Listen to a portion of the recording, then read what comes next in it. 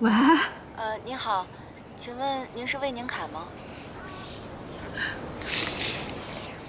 不是，我是他妈。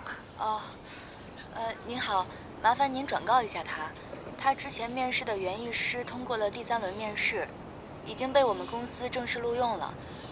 麻烦您告诉他，明天上午8点来公司办理入职。通过面试了。啊，是的。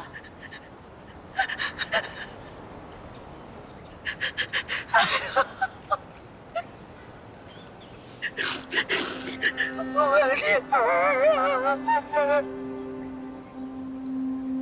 妈妈从来没有想过，你要的是这些呀！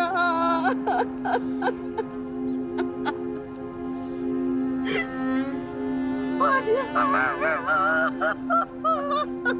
妈对不起你啊！哎呀，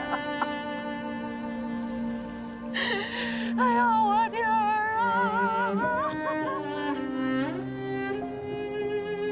也许，在另一个平行时空里，他已经找到了自己喜欢的工作，过上了自己想要的生活。他的人生简单而平静，没有遗憾。